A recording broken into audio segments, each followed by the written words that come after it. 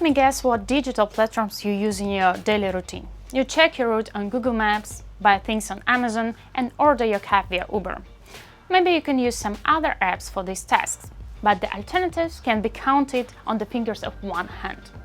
The reality is that major tech businesses like Google, Facebook, or Amazon tend to create monopolies and dominate the industry.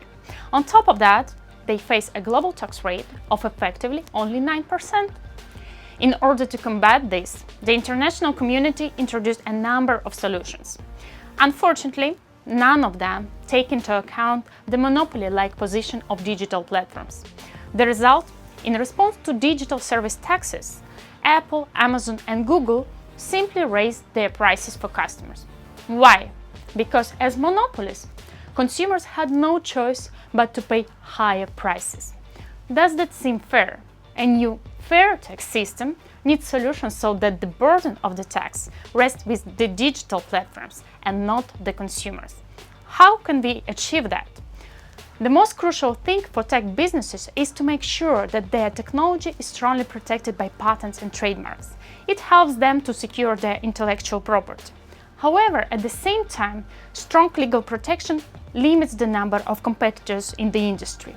These IP-based monopolies allow digital platforms to charge prices to customers well beyond the cost of production and become extremely rich, not only because the company works hard, but also because it enjoys the benefits of IP protection and the market monopoly that offers.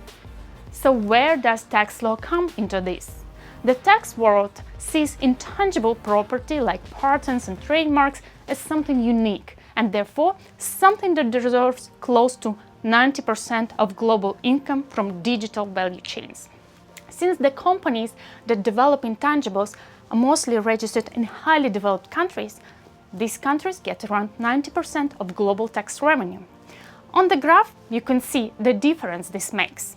High-income countries benefit far more from IP protection than the developing world. The tax revenue stays in the countries like, for example, the US or Ireland.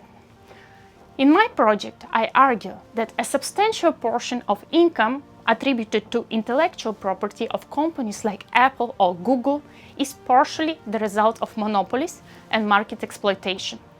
I aim to build practical tools to redistribute a tax revenue to all of the markets where these countries enjoy monopolies, because right now IP protection and tax regulations are being used by digital platforms to store global wealth in only a few hands.